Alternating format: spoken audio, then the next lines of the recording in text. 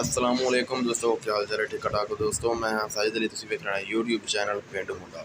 दोस्तों अज की ताज़ा तरीन सूरत हाल दरिया रावी दे अपडेट इस वीडियो मैं देंदा पे। इस वीडियो एंड तक वेखना है दोस्तों। दरिया रावी पे इंडिया ने पानी दोबारा फिर छड़ दिता बड़ा तेज़ रले नाल।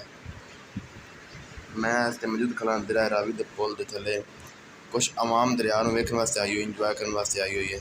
बिल्कुल दरिया के कंधे ते खड़े हैं, दरिया के बन ते खड़े हैं। दरिया में पानी बहुत ज़्यादा फिर आ गया है, आ रहा है, मज़ीद पानी आ रहा है। इस टाइम सूरत हाल पानी आ रहा है ज़्यादा।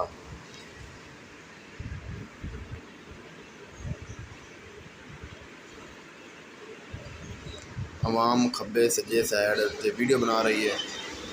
बिल्कुल दरिया के पुल के थले रुकते मैं